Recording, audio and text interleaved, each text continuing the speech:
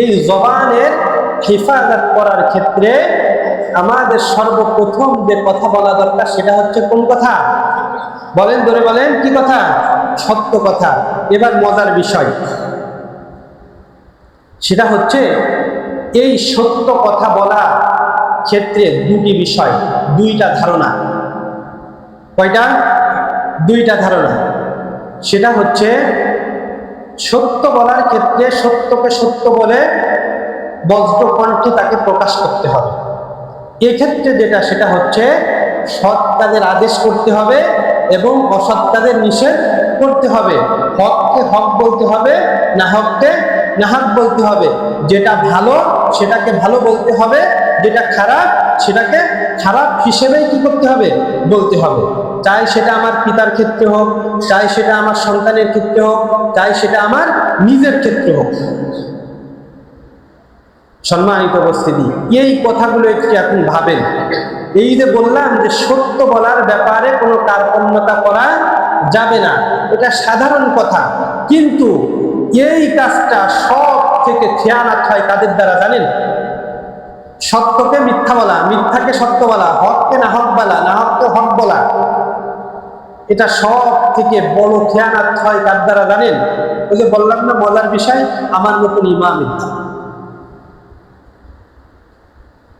আমার মতন ইমামের দ্বারা। এটা আপনাদের তো খুশির বিষয়। এতদিন সবসময় আমি খালি আপনাদেরকে নিয়ে ওয়াজ করি, আজকে হুজুর নিজেই নিজের বিষয়ে ওয়াজ করতেছে। চিন্তা করবেন আজকে হুজুরকে ধরা যাক, দেখি হুজুর কি বলে, ঠিক না? তাহলে কি বললাম? সব থেকে এই আমানাতের জবানের সব থেকে বড় খেয়ানত যাদের দ্বারা হয় সেটা হচ্ছে আমার মতন নেতৃত্ব স্থানীয় ব্যক্তি যারা, তারাই, যারা সমাজের নেতা গোছের লোক, যারা এই মেম্বারে বসে প্রতিনিয়ত মানুষদেরকে হিদায়াতের বাণী শোনায়, কিন্তু তারা চাকরির ভয়ে অমুক মুসাল্লি বেজার হবে, হয়তো এই সমস্যা হবে, ওই সমস্যা হবে, এই জন্য এই মেম্বারের আমানত খেয়ানত করে তারা এই জাতির কাছে, এই মুসলিম সমাজের কাছে, এই অধিবাসীদের কাছে তারা সত্যকে সত্য বলে প্রকাশ করতে দ্বিধা করে। তারা সত্য বলে না, তারা চিন্তা করে যদি এটা বলি তাহলে হয়তো আমার উপর আসবে। ভাইরা আমার, এটা ইমাম সাহেব বলার পিছনে কারণও আছে। ইমাম সাহেব খালি খালি এটাকে গোপন করে না। এটা প্রথমত তার ইমানের দুর্বলতা, আর দ্বিতীয়ত হচ্ছে এই সমাজে এই মুসাল্লিদের ভিতর যাদের শক্তি আছে, যাদের পাওয়ার আছে, যারা সামাজিক চেয়ার নিয়ে আছে, বড় চেয়ার নিয়ে আছে, তাদের কথা চিন্তা করে যে আমি যদি এই কথা বলি তাহলে অমুক ভাই, অমুক ব্যক্তি সে তো এসে আমাকে ধরবে যে তুমি কেন এই কথা বললে, কোরআনে বলিছে ঠিক আছে, কিন্তু এটা রাষ্ট্র বিরোধী আইন, সুতরাং তুমি কেন এটা বললে? তাহলে এবার বলেন, দোষ কি শুধু ইমামের? একটু জোরে বলেন, দোষ কি শুধু ইমামের? হ্যাঁ, তাহলে সত্য কথা বলার ক্ষেত্রে, জবানের আমানতকে রক্ষা করার ক্ষেত্রে ইমামকেও স্বাধীনতা দিতে হবে। ইমামকেও স্বাধীনতা দিতে হবে। এই স্বাধীনতা কারা দিবে? এই ইমামের মুসাল্লিরাই, ওই নেতার যারা অধস্তন আছে তারাই। তারা যদি তাকে বেঁকে বসে, তারা যদি তাকে অসহযোগিতা করে, তাহলে স্বাভাবিকভাবে দুর্বল ইমানে সেও কি বেঁকে যাবে, এটাই স্বাভাবিক কথা। সম্মানিত উপস্থিতি, তাই কি বললাম যে এই সত্য, এই জবানের আমানাত রক্ষা করার জন্য আর খেয়ানাতের ক্ষেত্রে সব থেকে বেশি দায় হচ্ছে আজকে সমাজের নেতা গোছের লোক যারা, তারাই, নেতৃত্ব স্থানীয় ব্যক্তি যারা, তারাই। কারণ তারা তাদের নিঃস্বার্থে, তারা সত্যকে সত্য বলতেছে, তারা খারাপকে প্রশ্রয় দিচ্ছে, তারা সমাজের বেধি যেগুলো আছে সেগুলোকে তারা প্রশ্রয় দিচ্ছে শুধুমাত্র অর্থের জন্য, শুধুমাত্র ক্ষমতাকে ধরে রাখার জন্য। অথচ আল্লাহ সুবহানাহু ওয়া তাআলা কি বলেন দেখেন, সূরা নিসা 135 নম্বর আয়াত, আল্লাহ সুবহানাহু ওয়া তাআলা বলেন, ইয়া আইয়ুহাল্লাযীনা আমানু কুনু কাওয়ামিনা বিল কিসতি শুহাদা লিল্লাহ ওয়ালাউ আলা আনফুসিকুম আও বিল ওয়ালিদাইনি ওয়াল আকরাবিন। আল্লাহ সুবহানাহু ওয়া তাআলা বলেন যে ওহে মুমিনগণ, কুনু কাওয়ামিন, তোমরা সুপ্রতিষ্ঠিত হয়ে যাও, দৃঢ়ভাবে প্রতিষ্ঠিত হয়ে যাও, বিল কিসতি, ন্যায় এবং ইনসাফের প্রতি, শুহাদা লিল্লাহ, শুহাদা লিল্লাহ, আল্লাহর জন্য তোমরা সাক্ষী স্বরূপ হয়ে যাও।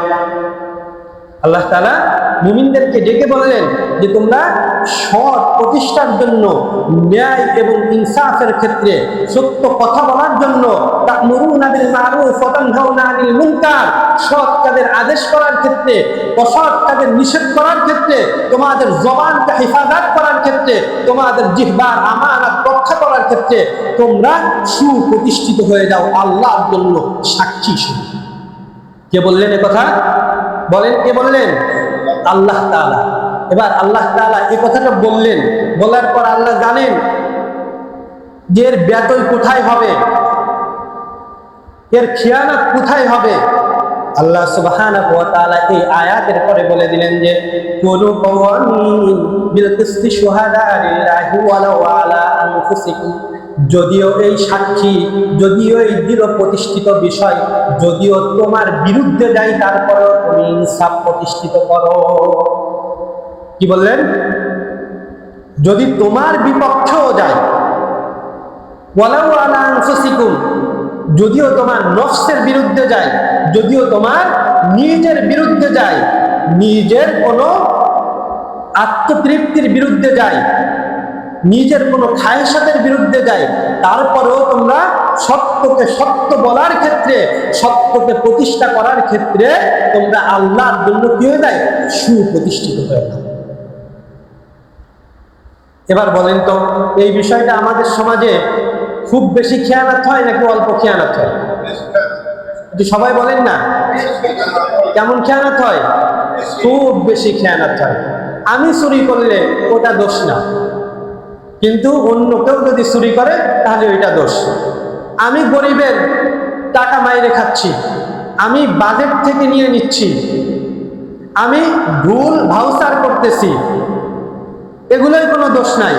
কিন্তু এক রিক্সাওয়ালা পেটের অভাবে যদি একটু চুরি করতে যায়, যদি খাদ্যের অভাবে চুরি করতে যায়, হ্যাঁ, এক পথ শিশু সে যদি একটা কলা নেয়, ওরে আল্লাহ, ওর যে বিচার হয়, ওর বিচার দেখলে আমাদের অন্তর কেঁপে ওঠে। অথচ ও মাত্র 5 টাকার একটা কলা নিল, অথচ 5 কোটি 5 বিলিয়ন ডলার যারা কলমের খোসায় আত্মসাৎ করলো, তাদের ব্যাপারে এই সমাজ কোনো কথা বলে না। এই জন্যই গত জুমায় বলেছিলাম, আল্লাহ নবী সাল্লাল্লাহু আলাইহি ওয়াসাল্লাম বলেছেন যে তোমাদের সামনে কিয়ামত আগমন করবে না যতক্ষণ পর্যন্ত না তোমরা বড় বড় বিষয় তোমরা দেখবে। তার ভিতরে আমি বলেছিলাম যে যারা অন্যায়কারী, তাদেরকে সমাজ অন্যায়কারী বলে তাদেরকে আহ্বান করতে পারবে না, তাদের উপর এই অপবাদ দিতে পারবে না, তাদের উপর এই বিষয়টা খুলাসা করতে পারবে না যে তুমিই তো অন্যায়কারী, তুমিই তো বড়। তাহলে এই খেয়ানতটা আমাদের নিজেদের বিষয় বেশি হয় নাকি? বুঝতে পারছেন তো? তাহলে এই বিষয় আমাদের সতর্ক করতে হবে। এবার দেখেন নিজ বিষয় ব্যতীত এরপরে আল্লাহ তাআলা কি বললেন? এরপরে আল্লাহ সুবহানাহু ওয়া তাআলা বললেন ওয়ালা আনফুসিকুম আউল ওয়ালিদাইন, যদিও তোমার পিতামাতা হয়, কি হয়? তোমার পিতামাতা হয়। তাহলে যেহেতু আমার পিতা, সুতরাং সে যদি অন্যায় করে তাহলে তাকে কিছু বলা যাবে না। ঠিক তো? একটু জোরে বলেন ঠিক? হ্যাঁ, যদিও আমার পিতা হয় তাহলেও তার সামনে সত্যকে সত্য হিসেবে প্রকাশ করতে হবে।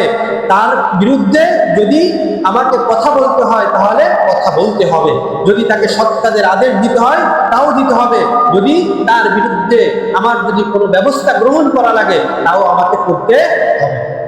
অবশ্যই এক্ষেত্রে সীমার ভিতর, মানদণ্ডের ভিতর থাকতে হবে। সম্মানিত উপস্থিতি, এরপরে আল্লাহ সুবহানাহু ওয়া তাআলা কি বললেন দেখেন, আউল ওয়ালিদানি ওয়াল আকরাবিন। এরপরে আল্লাহ সুবহানাহু ওয়া তাআলা বললেন যে সত্য প্রতিষ্ঠা করার ক্ষেত্রে, সত্য বলার ক্ষেত্রে, জিহ্বার আমানত রক্ষা করার ক্ষেত্রে, জবানের আমানত রক্ষা করার ক্ষেত্রে প্রথমত গেল তুমি নিজ, এরপরে গেল হচ্ছে আউল ওয়ালিদাইন, তোমার পিতামাতা। এরপরে আল্লাহ সুবহানাহু ওয়া তাআলা বললেন যে ওয়াল আকরাবিন, যদিও সে হয় তোমার নিকটাত্মীয়। ওয়াল আকরাবিন, যদিও হয় তোমার নিকটাত্মীয়, আমার ভাই, আমার ভাইয়ের কোনো আত্মীয়, আমার দূরবর্তী কোনো আত্মীয়, আমার বন্ধুর বন্ধু, অন্যায় করে যাই, আমাদের ফোন আসে, হ্যাঁ, তাকে হয়তো বিচারের কাঠগড়ায় নিবে, ফোন আসে যে ও তো আমার ভাই, ঠিক আছে অমুক ভাই বলিছে, এরে আর জেলে নেওয়ার আমাদের কোনো সুযোগ নাই। সমাজ এমন কিনা?